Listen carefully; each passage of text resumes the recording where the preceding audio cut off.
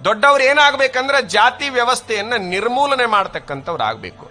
ಮೈಲಾರದ ಬಸವಲಿಂಗ ಶರಣರು ಬರೀತಾರ ಏನಂತ, ಜಾತಿ ಭೇದವನಳಿದು ನೀತಿ ಮಾರ್ಗವ ಪೇಳಿ ಓತುತ್ರೈ ಭುವನ ದಾರಾಧ್ಯ ನೆನೆಸಿದ ಅಜಾತ ಶ್ರೀ ಗುರುವೇ ಕೃಪೆಯಾಗು.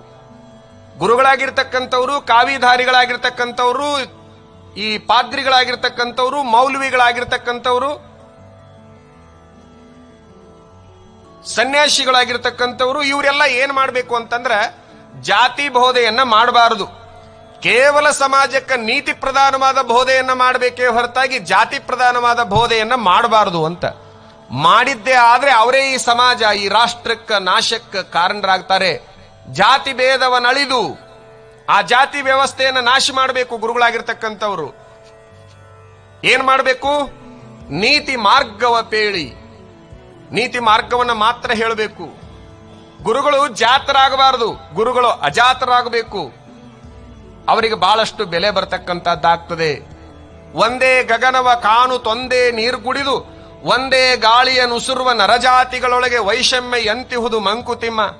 ಗುಂಡಪ್ಪನವ್ರು ಹೇಳ್ತಾರ, ನಾವು ಉಸಿರಾಡೋ ಗಾಳಿ ಒಂದು, ನಾವು ನಡೆದಾಡೋ ನೆಲ ಒಂದು, ನಾವು ಕುಡಿಯೋ ನೀರು ಒಂದು, ನಾವು ಉಣ್ಣೋ ಅನ್ನ ಒಂದು, ಅದರೊಳಗೆ ವ್ಯತ್ಯಾಸ ಇಲ್ಲ. ಆದ್ರೂ ಕೂಡ ಈ ಜಾತಿಯ ವೈಷಮ್ಯ ಯಾಕೆ ಬಂದೈತಿ ಅಂತ ಪ್ರಶ್ನೆ ಮಾಡ್ತಾರ. ಬರಬಾರದು. ನಾವೆಲ್ಲರೂ ಸಮಾನರು ಅನ್ನುವಂತಹ ಭಾವನೆ ಬರಬೇಕು. ಸಮಾನತೆಯನ್ನು ಮಾತ್ರ ಹುಡುಕುವಂತಹ ಪ್ರಯತ್ನ ಮಾಡಬೇಕು. ಹಂಗೇನಾದ್ರೂ ಹುಡುಕಾಕ್ ಹೋದ್ರೆ ನೀವೇನು ಹಗರ್ಕ ಬಿಡು ಪೈಕಿ ಅಲ್ಲ. ಇಲ್ಲೇ ನವಲಗುಂದ 40 ಕಿಲೋಮೀಟರ್ ದೂರದಾಗ, ಹುಬ್ಬಳ್ಳಿಗೆ 40 ಕಿಲೋಮೀಟರ್ ಇರ್ಬೇಕು ಬಾಳ ಅಂದ್ರೆ. ಅಲ್ಲೊಬ್ಬ ನಾಗಲಿಂಗಪ್ಪ ಅಂತ ಮಹಾ ಅದ್ವೈತಿ, ಮಹಾಜ್ಞಾನಿ, ಮಹಾಯೋಗಿ, ಪವಾಡ ಪುರುಷ. ಒಂದು ಒಳ್ಳೆಯ ಪ್ರಾಯ, ಬಹಳ ಸುಂದರವಾದ ರೂಪ. ಆ ಪ್ರಾಯದೊಳಗ ನವಲಗುಂದದಾಗ ಅಡ್ಡಾಡಕ್ ಹತ್ತಿದ ನಾಗಲಿಂಗಪ್ಪ ಹೊಸದಾಗಿ ಬಂದು. ಅಲ್ಲಿರೋ ಶ್ರೀಮಂತರೆಲ್ಲ ಬಹಳ ದೊಡ್ಡ ತಪಸ್ವಿ ಇರಬಹುದು, ಜ್ಞಾನಿ ಇರಬಹುದು ಅಂತೇಳಿ ತಿಳ್ಕೊಂಡ್ಯಪ್ಪ, ನಮ್ಮ ಮನಿಗೆ ಬಾ, ನಿಮ್ಮ ಮನಿಗೆ ಬಾ ಅಂತ ಕರೆದ್ರು. ಕರಿತಾರಂತ ಒಳಗೆ ಹೋದ, ತುಂಬಾ ಅಡ್ಡಾಡ್ದ ಮತ್ತು ಹೊರಗೆ ಬಂದ. ಇರು ಇಲ್ಲೇ ಅಂದ್ರೆ ಇರ್ಲಿಲ್ಲ. ಹೀಗೆ ಊರೆಲ್ಲ ಅಡ್ಡಾಡಿ ಎಲ್ಲಾರ ಮನಿಗೆ ಒಳಗೆ ಹೋಗಿ ಎಲ್ಲೂ ಇರ್ಲಾರ್ದೆ ಊರ್ ಹೊರಗೊಂದು ಗುಡಿಸಲಾ ಕಂಡು ಆ ಗುಡಿಸಲ್ದಾಗ ಒಳಗೆ ಹೋದ. ಯಪ್ಪ ಬಾ ಅಂದ್ಲು, ಖುಷಿ ಅನಿಸ್ತು. ಗುಡಿಸಲ ಬಗ್ಗಿ ತಗ್ಗಿ ಒಳಗೆ ಹೋದ. ಹಾಸಾಕ ಏನೂ ಇಲ್ಲ, ಕುರ್ಚೆ ದೂರದ ಮಾತು. ನೀರದ ಒನೆಯವ್ವ, ಯಾವ ಮನೆಯೊಳಗೂ ನೀರು ಕೇಳದೆ ಇರುವಂತಹ ನಾಗಲಿಂಗಪ್ಪ ನೀರದವನು ಅಂತ ಕೇಳ್ತಾನ. ಅದಾವ ಗಡಿಗೆ ಒಳಗೆ ನೀರು ತೆಗೆದುಕೊಟ್ರಿ ಎಷ್ಟು ಸಿಹಿ ಅದಾವ. ಕುಡಿಯೋ ಮನಸ್ಸಿರಬೇಕು, ಎಲ್ಲಾ ಸಿಹಿ ಅನಿಸ್ತದೆ. ಸಿಹಿಯಾದ ನೀರನ್ನ ಕುಡ್ದ. ಯವ್ವ ನಿನ್ನ ಹೆಸರೇನು? ಭೀಮವ್ವ. ಯಾವ ಭೀಮವ್ವ? ಸಮಗಾರ ಭೀಮವ್ವ. ಓ ಸಮಗಾರ ಏನ್ ನೀವು? ಹೌದು. ಯವ್ವ ನಾ ಇಲ್ಲೇ ಇರ್ಲ ಅಂದ.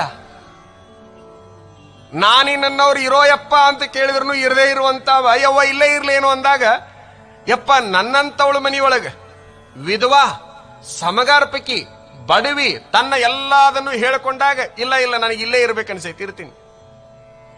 ಇರುಯಪ್ಪ ಯಾರು ಬೇಡ ಅಂತಾರ. ನಾ ಉಂಡಿದ್ದು ನೀವು ಉಣ್ಣುವಲ್ಲೇ ಇದ್ದ. ಯಾವಾಗ ಎಲ್ಲರ ಮನಿ ಬಿಟ್ಟು ಅಲ್ಲಿ ಹೋಗದಾನಂತ ಗೊತ್ತಾತು, ಇವ್ರೇನು ಬಿಟ್ಟು ಹೋಗಿದ್ನಲ್ಲ, ಆ ಮನನವರೆಲ್ಲ ಸುದ್ದಿ ಎಬ್ಬಿಸಿದ್ರು. ನಾಗಲಿಂಗಪ್ಪ ಭೀಮವನ್ನ ಇಟ್ಕೊಂಡಾನ. ಚಲವ ಇವ್ರದು. ಭೀಮವ್ವ ನಾಗಲಿಂಗಪ್ಪನ್ನ ಇಟ್ಟುಕೊಂಡಾಳ. ತಡನೇ ಇಲ್ಲ. ಇಲ್ಲಿದ್ರೆ ಅದು ಸುದ್ದಿ ಹಾಕಿದ್ದಿಲ್ಲ. ಯಾಕಂದ್ರೆ ದೊಡ್ಡವರು ಅದು ಸಾಣದು ಏನು ಹೊರಿಸಿದ್ರು ಹೊರತ್ತ ಅಂತ ತಿಳ್ಕೊಂಡಾರ. ಈ ಸುದ್ದಿ ಆಕಿಗೆ ಗೊತ್ತಾಗಿ ಬಾಳ ನೋವಿನೊಂದಿಗೆ ಕಣ್ಣೀರ್ ಹಾಕೊಂತ ನಾಗಲಿಂಗಪ್ಪಗೆ ಹೇಳ್ತಾಳ, ಯಪ್ಪ ಹಿಂಗ ಸುದ್ದಿ ಆಗೈತಪ್ಪ ಊರಾಗ. ಅವ್ರ ಅನ್ನೋದ್ರೊಳಗೆ ತಪ್ಪೇನೈತಿ ಬೇ? ನಿನ್ನೊಳಗೆ ನನ್ನ ಇಟ್ಕೊಂಡಿದಿ, ನನ್ನೊಳಗೆ ನಿನ್ನ ಇಟ್ಕೊಂಡಿದೀನಿ. ಇಟ್ಕೊಂಡಾರ ಅನ್ನೋದಕ್ಕೆ ತಪ್ಪೇನೈತಿ? ಇಟ್ಕೊಂಡಿದ್ದು ಸತ್ಯ ಐತಿ, ಇಟ್ಕೊಂಡಾರ ಅಂತ ಹೇಳಕತ್ತಾರ. ಇವ ತಿಳ್ಕೊಳ್ಳೋದ ಬೇರೆ. ಏನು ತಪ್ಪದ? ಇಟ್ಕೊಂಡಿದ್ದು ಸರಿ ಐತಲ್ಲ. ಈ ರೀತಿ ಸುದ್ದಿ ಹಬ್ಬಿದಾಗ ಇಲ್ಲಿ ಬಿಟ್ಟು ಅಲ್ಲೇ ಹಾಕದಿಯೋ ಅಂತ ಕೇಳಿದ್ರ ಆತೊಂದು ಚಲೋ ಮಾತು ಹೇಳ್ತಾನ. ಊರಾಗ ನನಗೆ ಯಾರು ಎಲ್ಲರನ್ನ ಸಮಾನವಾಗಿ ಕಾಣೋರು ಕಾಣ್ಲೇ ಇಲ್ಲ, ಬೇರೆ ಬೇರೆ ಕಾಣೋರು ಕಂಡ್ರು, ಆಕೆ ಒಬ್ಬಾಕಿ ಎಲ್ಲರನ್ನು ಸಮಾನವಾಗಿ ಕಾಣಾಕಿ ಅಂತೇಳಿ ಸಮಗಾರ ಹಾಕಿ ಸಮಾನವಾಗಿ ಕಾಣಾಕಿ, ಸಮಗಾರ ಹಾಕಿ ಸಮಾನವಾಗಿ ಕಾಣಾಕಿ ಅಂತೇಳಿ ತಿಳ್ಕೊಂಡು ಆಕೆನ ಮನೆಗೆ ಉಳ್ಕೊಂಡಿದ್ದೀನಿ ನಾನು. ಇವರೆಲ್ಲ ಬಹಳ ದೊಡ್ಡವರು, ನಾವೆಲ್ಲ ವಿಚಾರ ಮಾಡಬೇಕು. ಹರಿಯೋ ನದಿಯೊಳಗೆ ಕೇವಲ ಮುಳುಗಿ ಬರೋದಲ್ಲ, ಆ ನದಿಯನ್ನು ಒಂದು ಸಾರಿ ನೋಡೋದು. ಆ ನದಿ ನಮಗೆ ಹೇಳುತ್ತದೆ, ನಾನು ಸಾಗರವನ್ನ ಸೇರಿ ನನ್ನ ಹೆಸರನ್ನ ಮರೆತು ಸಾಗರವಾಗಲಿದ್ದೇನೆ. ಸಾಗರವನ್ನ ಸೇರಿದಾಗ ಅಲ್ಲಿ ಗಂಗಾ ಇಲ್ಲ, ಯಮುನಾ ಇಲ್ಲ, ಸರಸ್ವತಿ ಇಲ್ಲ, ನರ್ಮದಾ ಇಲ್ಲ, ಕೃಷ್ಣ ಇಲ್ಲ, ಕಾವೇರಿ ಇಲ್ಲ, ಕೇವಲ ಸಾಗರ ಅಲ್ವಾ? ಹಾಗೆ ಈ ಸಮಾಜಗಳು, ಜಾತಿಗಳು ಅಂತ ಏನದಾವ, ಇವು ಒಂದು ಕಡೆಗೆ ಹರಿಯೋಲ್ಲಕ್ಕ, ಆದ್ರ ಊರಿನ ಹಿತ, ರಾಷ್ಟ್ರದ ಹಿತ ಬಂದಂತಹ ಸಂದರ್ಭದಲ್ಲಿ ತಮ್ಮ ಹೆಸರನ್ನ, ತಮ್ಮ ಜಾತಿಯನ್ನ ಬಿಟ್ಟು ಹಾಕಿ ಸಾಗರದೋಪಾದಿಯಲ್ಲಿ ನಿಂತುಕೋಬೇಕು, ನಾವೆಲ್ಲ ಒಂದು ಅನ್ನುವಂತಹ ಭಾವನೆ ಬರಬೇಕು. ಅಂದಾಗ ಬಹಳ ಅನುಕೂಲ ಆಗ್ತದೆ. ಇನ್ನೂ ಕೂಡ ಇದನ್ನ ಯಾಕೆ ಹೇಳ್ತಾ ಇದ್ದೀನಿ ಅಂದ್ರೆ, ನಮ್ಮ ಜೀವನದೊಳಗೆ ಸುಖವಾಗಿರ್ಬೇಕಾಗಿತ್ತಂದ್ರ ಈ ಭೇದ ಭಾವ ಅನ್ನುವಂಥದ್ದು ನಿಲ್ಲಬೇಕು. ಮಹಾರಾಜ ಒಂದ್ ದಿವಸ ಕುದುರೆ ಎತ್ಕೊಂಡು ಅಡವಿಗೆ ಹೋದ. ರಾತ್ರಿ ಎಲ್ಲ ಸುಸ್ತಾಗಿ ಬಂದ. ಆತನಿಗೆ ಎಲ್ಲಾ ಕಡೆಗೆ ಅನ್ನ ಕಾದಿರ್ತಿತ್ತು, ಎಲ್ಲಾ ಕಡೆಗೆ ನೀರು ಕಾದಿರ್ತಿತ್ತು. ಅವತ್ತು ಹಣ್ಣಿಲ್ಲ, ಅವತ್ತು ನೀರಿಲ್ಲ, ಏನೂ ಇಲ್ಲ. ಬಂದು ಪಂಡಿತರ ಸಭೆ ಕರೆದು, ಇವತ್ತು ಬಹಳ ಹಿಂಸೆಯನ್ನ ಅನುಭವಿಸಿ ಬಂದಿದ್ದೇನೆ, ಇದಕ್ಕೇನ್ ಕಾರಣ? ನೀರು ಸಿಕ್ಕಿಲ್ಲ, ಅನ್ನನೂ ಸಿಕ್ಕಿಲ್ಲ ಅಂದ್ರೆ ಅವರು ಬಹಳ ಶಾನ್ಯರು, ಪಂಡಿತರು. ಬೆಳಗ್ಗೆ ಯಾರ ಮುಖ ನೋಡಿ ಹೋಗಿದ್ರಿ ಮಹಾರಾಜರಂದ್ರ ಅವರು ಬಂದ್ರ ಅಲ್ಲಿಗೆ. ಅವರು ಅವ ಹೇಳ್ದ, ಮತ್ ಕಟಿಂಗ್ ಮಾಡವನ್ ಕರೆಸಿದ್ನಪ್ಪ, ಮತ್ ಅವನ ಮುಖನ ನೋಡಿ ಹೋದೆ. ಉಳಿದು ಬಂದಿದ್ದ ದೊಡ್ಡದು, ನೀವು ಬೆಳಗ್ಗೆ ಅವ್ರ ಮುಖ ನೋಡ್ತಾರೇನ್ರಿ? ಅನ್ನ ನೀರು ಸಿಗಲಾರ್ದ ಅಷ್ಟ ಅಲ್ಲ, ನೀವು ಬದುಕಿ ಬಂದಿರಲ್ಲ, ಅದು ನಮ್ ಪುಣ್ಯ. ಅರಸನಿಗೆ ಅರ ಬುದ್ಧಿ ಅಂತ ಒಂದು ಮಾತಾಯ್ತಲ್ಲ, ಹಂಗಾದ್ರೆ ಮಾಡೋದೇನು ಇಷ್ಟು ಕಷ್ಟಕ್ಕವ ಕಾರಣ ಏನಂದ್ರ ಅವನು ಮುಗಿಸ್ಬಿಡ್ರಿ. ನಾ ಕೇಳ್ತೀನಿ ನಿಮಗ, ಅವ್ರ ಮುಖ ನೋಡಿದ್ರ ನಿಮಗ್ ಹಂಗಾಗತ್ತೆ ಹಿಂಗಾಗತ್ತ ಅಂತ ಐತಲ್ಲ, ನಿಮ್ಮ ಮುಖ ನೋಡ್ಲಾರ್ದಂಗ ಅವ್ರಿದ್ರಪ್ಪ.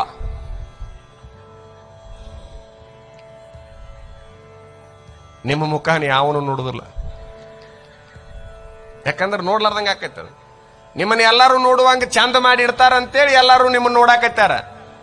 ಒಂದ್ ವೇಳೆ ಎಲ್ಲಾರು ತೀರ್ಮಾನ ತಗೊಂಡ್ರು ಅವ್ರ ಮುಖ ಇನ್ಮೇಲೆ ಯಾರು ನೋಡಂಗಿಲ್ಲ, ಗಲ್ಲ ಶಿಕ್ಷೆ ಕಾಯಮಾತು ತಂದ್ ಗಲ್ಲಗಂಬಕ್ ನಿಲ್ಲಿಸಿದಾಗ ಯಾಕ್ರಿ ಇದು ಅಂತ ನಾವು, ಅವತ್ತು ಬೆಳಗ್ಗೆ ನೀನ ಮುಖ ತೋರಿಸಿದಿ, ಅದ್ರ ಸಲುವಾಗಿ ನನಗೆ ಅನ್ನನೂ ಸಿಕ್ಕಿಲ್ಲ, ನೀರು ಸಿಕ್ಕಿಲ್ಲ, ಅದಕ್ಕೆ ನೀನ ಕಾರಣ, ಅದ್ರ ಸಲುವಾಗಿ ನಿನಗೆ ಗಲ್ಲು.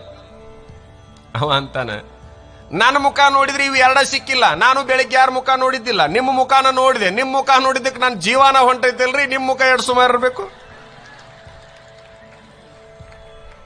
ಅನ್ನ ನೀರು ಈಗ ಬಂದ ಮೇಲೆ ಸಿಕ್ತು, ನಂದು ಜೀವ ಹೋದ ಮೇಲೆ ಸಿಗಲ್ಲಲ್ಲ. ಅದಕ್ಕೆ ಬಸವಣ್ಣ ಅಪ್ಪನನ್ನೇ ಪ್ರಧಾನ ಸೆಕ್ರೆಟರಿ, ಪ್ರಧಾನ ಕಾರ್ಯದರ್ಶಿ ಅಂತ ಇಟ್ಟುಕೊಂಡ. ತಾನು ಮುಖ್ಯಮಂತ್ರಿ ಆದ ಕೂಡಲೇನೆ ಎಲ್ಲರೂ ಅಲ್ಲಿ ಹದ ಬರಲಿ ಇವ್ರು ನೋಡೋಣಂತ. ನಮ್ಮವರು ಈ ಜಾತಿ ವ್ಯವಸ್ಥೆಯನ್ನ ನಾಶ ಮಾಡಲಿಕ್ಕೆ ಒಂದಿಲ್ಲ ಒಂದು ಕಾರ್ಯಗಳನ್ನ ಮಾಡಿರ್ತಕ್ಕಂಥವ್ರು. ಅದನ್ನ ನಾವು ಕೂಡ ಮುಂದುವರಿಸಿಕೊಂಡು ಹೋಗುವಂತಹ ಪ್ರಯತ್ನವನ್ನ ಮಾಡಬೇಕು. ಅದು ನಮ್ಮ ಕರ್ತವ್ಯ ಆಗಬೇಕು. ಅಂತಹ ಜೀವನಕ್ಕೆ ನಾವೆಲ್ಲ ಪಾದಾರ್ಪಣೆಯನ್ನು ಮಾಡಬೇಕು. ತಮಗೆ ಬಹಳ ಅಭಿಮಾನದಿಂದ ಮತ್ತು ಪ್ರೀತಿಯಿಂದ ಒಂದು ಚಲೋ ಮಾತು ಹೇಳ್ತೀನಿ, ನನ್ನ ಎಲ್ಲಾ ಮಾತುಗಳನ್ನು ಬಿಟ್ಟು ಹಾಕ್ರಿ, ನಡೆಯುತ್ತೆ, ಬೇಕಾದ್ರೆ ಇಟ್ಕೋರಿ, ಬೇಡಾದ್ರೆ ಬಿಡ್ರಿ. ಆದ್ರೆ ಈ ನಮ್ಮ ನೆಹರು ಮೈದಾನದೊಳಗ ನಮ್ಮ ಕಾರ್ಯಕ್ರಮ ಮುಗಿಯೋ ತನಕನರ ಎರಡು ಮಾತ್ರ ಒಳಗೆ ತರಬೇಡ್ರಿ, ಎರಡು ಮಾತ್ರ ಒಳಗೆ ತರಬೇಡ್ರಿ. ನೀವು ಹಾಕೊಂಡು ಬರ್ತಿರಲ್ಲ ಅವು ಅಲ್ಲ ನಾ ಹೇಳೋದು, ಅವನ್ ಹಾಕೊಂಡು ಬರ್ರಿ, ನಾ ಬೇಡ ನಂಗಿಲ್ಲ. ನಿಮಗೆ ಸತ್ಯವಾದ ಮಾತು ಹೇಳ್ತೀನಿ, ಅಲ್ಲಿ ಯಾರು ಒಯ್ತಾರ ನಂಗಿದ್ರೆ ನಮ್ಮ ಸ್ಟೇಜಿನ ಮುಂದೆ ಬಿಡ್ರಿ, ನಾನು ಕಾಯ್ತೀನಿ. ಆದ್ರೆ ಎರಡು ಮಾತ್ರ ಒಳಗೆ ತರಬೇಡ್ರಿ. ಒಂದು ರಾಜಕಾರಣವನ್ನ, ಒಂದು ಜಾತಿಯನ್ನ ಮಾತ್ರ ಈ ನೆಹರು ಮೈದಾನದೊಳಗೆ ತರಬೇಡಿ. ಕಾರಣ ಏನು ಅಂತಂದ್ರೆ, ಇಂಥದ್ರೊಳಗ ಇದು ಕೇವಲ ಜೀವನ ದರ್ಶನವೇ ಹೊರತಾಗಿ ಇದು ಯಾವುದೂ ಅಲ್ಲ. ನಿಮ್ಮ ಜೀವನದೊಳಗೆ ತಿಳ್ಕೊಳ್ಬೇಕಾಗಿರುವಂತಹ ಕೆಲವು ವಿಚಾರಗಳನ್ನ ನನಗೇನು ತಿಳಿದಿತ್ತು ಅದನ್ನ ಹೇಳಲಿಕ್ಕೆ ಇಚ್ಛಾಪಡ್ತೇನೆ ಹೊರತಾಗಿ ಬೇರೆ ಇದ್ರೊಳಗೆ ಏನೂ ಇಲ್ಲ. ಪುಣ್ಯಾತ್ಮರೇ, ಎಲ್ಲರ ದೇಹ ಒಂದದೆ, ಎಲ್ಲರ ಜೀವ ಒಂದದೆ, ಹರಿದಾಡೋ ರಕ್ತ ಅದು ಜಾತಿಗೆ ಮೀಸಲಾಗಿರುವಂತಹದ್ದಲ್ಲ. ಎಲ್ಲರಿಗೆ ಕಣ್ಣು ಎರಡ, ಎಲ್ಲರಿಗೆ ಬಾಯಿ ಒಂದ, ಎಲ್ಲರಿಗೆ ಕಿವಿ ಎರಡ, ಒಂದು ಹೋಗಿದ್ದಿತ್ತು, ಒಂದು ಬಂದಾಗಿದ್ದಿತ್ತು. ಅದನ್ನ ತಗೊಂಡು ನಾವೇನ್ ಮಾಡೋಣ, ಅವ್ರವ್ರ ಕರ್ಮ. ಆದ್ರೂ ಎಲ್ಲ ಅದಾವಲ್ಲ. ಇನ್ ಮೇಲೆ ಯಾರ ನಿಮ್ಮನ್ನ ನೀವು ಯಾರ ಪೈಕಿರಿ ಅಂತ ಕೇಳಿದ್ರ ನಾವು ಇಂಥವ್ರ ಪೈಕಿ ಅಂತ ಹೇಳಬಾರ್ದು. ಏನ್ ಹೇಳಬೇಕು? ಹೊಸಾದ ಸಿದ್ಧಾಂತಪ್ಪ ಮಾಡೋದು. ಯಾರ ಪೈಕಿ ನೀವು ಅಂತ ಕೇಳಿದ್ರೆ ನಾವು ಮನುಷ್ಯರ ಪೈಕಿರಿ. ನೀವು ಯಾರ ಪೈಕಿರಿ ಅಂತ ಕೇಳ್ರಿ, ಬಹಳ ಚಲೋ ಗೊತ್ತಾಗುತ್ತೆ. ಇಷ್ಟೇ ಪುಣ್ಯಾತ್ಮರೇ. ಇಷ್ಟು ಹೇಳುತ್ತಲೇನೂ ಸಹಿತ ಅದನ್ನ ಬಿಡಾಕ ನಿಮ್ಗೆ ಆಗೋದಿಲ್ಲ ಅಂದ್ರೆ ಇಟ್ಕೋರಿ. ಮನಿ ಹೊಸ್ತಲದ ಒಳಗೆ ಇಟ್ಕೋಬೇಕೇ ಹೊರತಾಗಿ ಜಾತಿಯನ್ನು ಹೊಸ್ತಲದ ಹೊರಗೆ ಯಾವ ಕಾಲಕ್ಕೂ ತರಬೇಡ್ರಿ ಅನ್ನುವಂತ ವಿಚಾರವನ್ನು ಹೇಳ್ತಾ ಜೀವನ ದರ್ಶನಕ್ಕೆ ವಿರಾಮವನ್ನು ಕೊಡ್ತಾ ಇದ್ದೇನೆ. ಸದಾ ಬೆಳಗುತ್ತದ ಜ್ಯೋತಿ